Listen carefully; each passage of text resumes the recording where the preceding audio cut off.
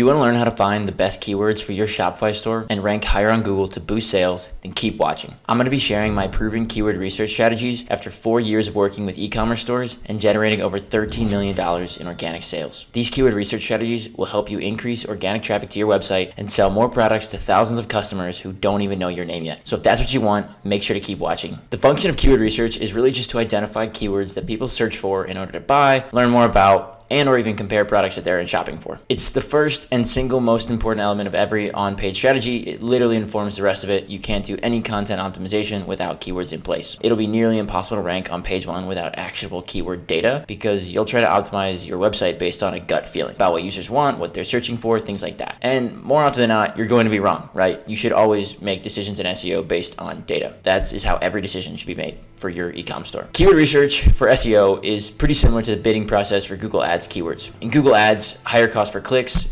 generally equate to increased revenue and stronger conversion rates. In SEO, higher search volumes generally equate to more organic traffic and more organic revenue. And just like these high CPCs in Google Ads, not every single Shopify brand can afford to target higher search volume keywords, right? Some brands are bigger, they have more money to play around with. It's just not the same, right? Every brand is not on the same playing field. And for your brand, especially if you're brand new, it's simply not a reality to compete on really big keywords, whether it's Google Ads or SEO. Right? You don't have the time. You need to be making money now. Higher search volume keywords, which are measured by an average of number of searches per month. So high could be 10,000, 20,000 a month. Really depends on what niche you're in. These are far more competitive than lower search volume keywords. Okay? This should be obvious, right? If you're a big brand, let's say Nike, Amazon, whatever it may be, it would make sense that you want to rank number 1 for a keyword that gets 20,000 searches a month compared to 200 searches per month. There's far more money to be made on a bigger keyword, right? There's more eyeballs on it, more people shopping, just generally more revenue. But for newer, smaller brands, especially if this is you, this isn't always possible. It's going to take years and thousands of dollars to reach the number 1 spot for a keyword that gets, let's say, 20,000 searches a month. You have to be smarter than those big brands. So instead of just searching for the biggest keywords, you need to find low competition keywords that have a reasonable search volume. Now, we'll get into what reasonable means and kind of how you measure reasonable in a second. It's going to vary between niches, okay? First off, let's start keyword research with the tools that you're going to need. My favorites are AHFS, SEMrush, Low Fruits, and Google Ads Keyword Planner. On the more expensive end, you have AHFS and SEMrush, which are full scope tools that do far more than just keyword research, right? You can do backlink analysis, competitor analysis, all that kind of stuff. Those usually are like the 150 to 250 range, depending on what plan you're on. That's per month. On the more affordable end, you have tools like Low Fruits and Google Ads Keyword Planner, which are $20 a month for Low Fruits, I think maybe 25, which are like prepaid credits, and Google Ads Keyword Planner, which is totally free, right? And if you've ever done Google Ads, you know it's free. The tool does the exact same thing as Ahrefs. Data is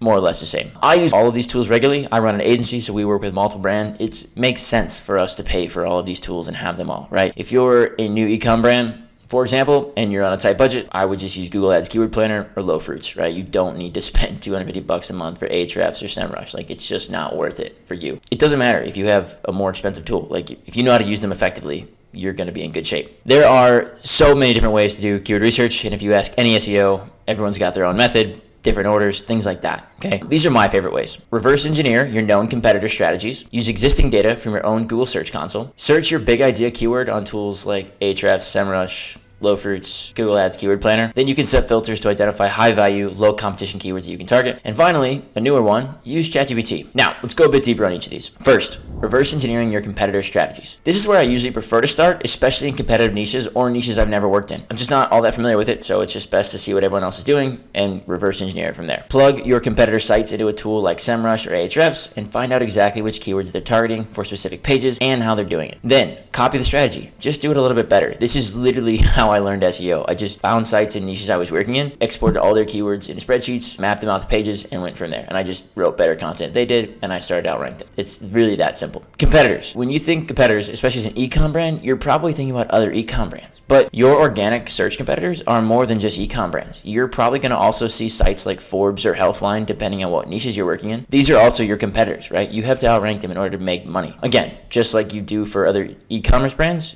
reverse engineer their strategies and find ways to beat them. Existing data from your own Google Search Console. Assuming you've already set this up for Shopify, just log in and see which keywords you're receiving clicks and impressions for. Some of them may be irrelevant, especially if your average position is 80, 90, 100. Sometimes you're just going to show up for weird keywords. So ignore those, right? But you should know what you're kind of looking for. Obviously, it's your brand. You should be pretty cognizant of what keywords you're looking at. This is a good way to see how Google is already treating your site in the SERPs. Just double down on the keywords that you're already receiving plenty of clicks and impressions for and focus on those. Big idea idea. Let's say you're a supplement company. Search for your type of supplement in a tool like, again, AHFS, SEMrush, Low Fruits, whatever you're using. Depending on the niche, this should yield hundreds or even thousands of relevant keywords that you can target. Pro tip here. If you're a new brand, under a year old, and you've not really done a lot of SEO, tools like SEMrush and AHFS and even Low Fruits have keyword difficulty filters that you can set. I would recommend setting them on AHFS and SEMrush less than 30. Low Fruits works a little bit differently on how they quantify their competitiveness, but once you log in, if you get an account there, it's super easy and intuitive to set up, and it makes sense of. But setting a keyword difficulty filter, I use 30 on SEMrush and AHFS for newer brands. This essentially identifies keywords that are easier to rank than, for example, really ultra competitive keywords like protein or something, right? As you grow, you can remove these filters and target higher competition keywords, but early on, it's best to stick at the low competition keywords so you can actually start making money now, not just years from now. Finally, ChatGPT, kind of a newer add-on to my keyword research process. I'm really hesitant to even suggest this one because I've seen people use it to handle the entire keyword research process, and it usually feeds them incorrect data, specifically search volume data. You cannot ask ChatGPT to just create a keyword research strategy for your brand, okay? You will be missing out on a lot of things, and you'll probably get a lot of wrong data fed to you by ChatGPT, okay? So don't do that. Instead, ask it to give you a list of things that customers may search for when they're looking to buy your certain type of product, right? It'll produce a list of topics that will inspire new ideas for keywords, defining pages to create. So if you're doing collagen supplements, for example, right? Type in hey, ChatGPT, give me 10, 20, 30, however many questions or things that people may ask when they go through the buying process to buy collagen supplements. You can use those questions to essentially take them over to Ahrefs, SEMrush, whatever you're using, and find keywords and get actionable keyword data that way. You've got all these keywords. I prefer to organize mine in Google Sheets. Just my preference. You can use Excel, you can use Airtable, you can use a database of any kind you want. Whichever you find easiest, there's really no right or wrong way. Some of these tools like Ahrefs and SEMrush do have integrations with Excel and Sheets, so I'd probably aim that way. But in any case, if you didn't set filters for keyword difficulty in those tools, or you use Google Ads Keyword Planner, if you use Google Ads Keyword Planner, by the way, you can't necessarily set difficulty filters, but generally lower CPCs will mean the keyword is easier to rank for. So consider that as you're doing keyword research on that tool. But if you didn't set filters before, now is the time to do it when you're looking at these in Sheets or Excel or whatever. You want to find keywords that have 100 to 200 searches a month at least, but they have a keyword difficulty of less than 30. These third-party metrics from SEMrush and Ahrefs aren't always accurate, specifically around the keyword difficulty stuff. So be sure to manually check the SERPs to see which sites rank for each keyword, okay? It's a bit of a manual process. It's super slow, but it's something that needs to be done. You should not just blindly trust an Ahrefs keyword difficulty of 1, okay? If you go check the SERP and you see Forbes is in the number 1 spot, it's definitely not a 1 difficulty out of 100, okay? It's probably way too competitive for you, especially as a new brand. If it's a website you don't recognize, like a smaller ecom brand or some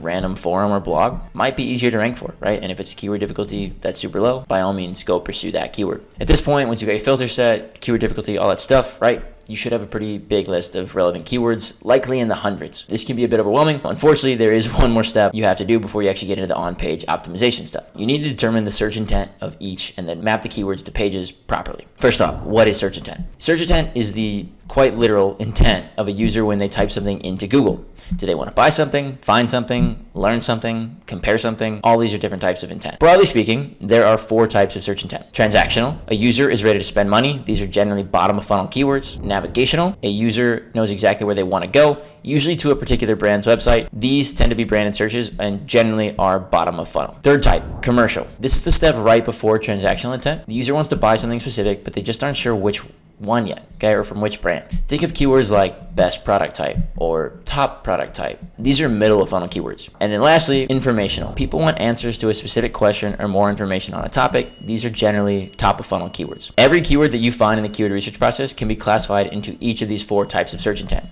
I have another video on more a deeper breakdown on these 4 types of search intent, so go check that out. The best way to do this, there's not really, SEMrush does a decent job at identifying the intent, so you can use that information, but personally, I prefer to check mine manually in the SERPs or have a VA check it manually in the SERPs. So how do you do this? If the first page of Google, when you type your keyword in, is full of product and collection pages, the search intent is transactional or navigational. If the first page is full of parasites, best of, comparison pages, things like that, the keyword is commercial intent. If the first page is full of blog posts, ultimate guides, FAQs, even Reddit and Quora forums now, keyword is informational. The search intent of a particular keyword will dictate what type of page you have to optimize for a specific keyword, okay? For keywords at the bottom of the funnel that have transactional and navigational intent, you'll want to use these to optimize product and collection pages. For keywords in the middle of the funnel that have commercial intent, you'll use these to optimize detailed blog posts that separate you from your competitors. Again, think best of, top 10, pros and cons type content, okay? For keywords at the top of the funnel that have informational intent, you'll create blog posts that demonstrate your subject matter expertise on the products that you sell, or really the whole niche. Okay. This step is a bit slow. I know it's painful. If you have a VA, definitely something you could have them do, or you could rely on the data from SEMrush. Again, I just prefer to check it manually. It is totally necessary. Don't skip this step of keyword research, right? No one really talks about this. If you optimize a product page for an informational keyword, you'll never rank on page 1, no matter how well you've done it, because it doesn't match the search intent of that particular SERP, okay? If Google wants to rank 10 product pages on page 1 and you write a blog to target that keyword, I don't care how good the blog is. It's never getting to page 1. Once you've mapped all these keywords to specific pages on your site, you'll need to optimize the existing pages or create new pages to target these keywords. My next video shows you exactly where to put each of these keywords, so be on the lookout for that. I recently helped a dropshipping store increase their organic search revenue from $3K a month to $315K a month. And I made a completely free video giving away the full SEO process we used at my agency to achieve this. Click on the pop-up to go watch that. I also recently launched a consulting program for any brands that need help with their SEO. And if you want to have a quick chat about working with my agency, book a call. Both links are in the description. Peace.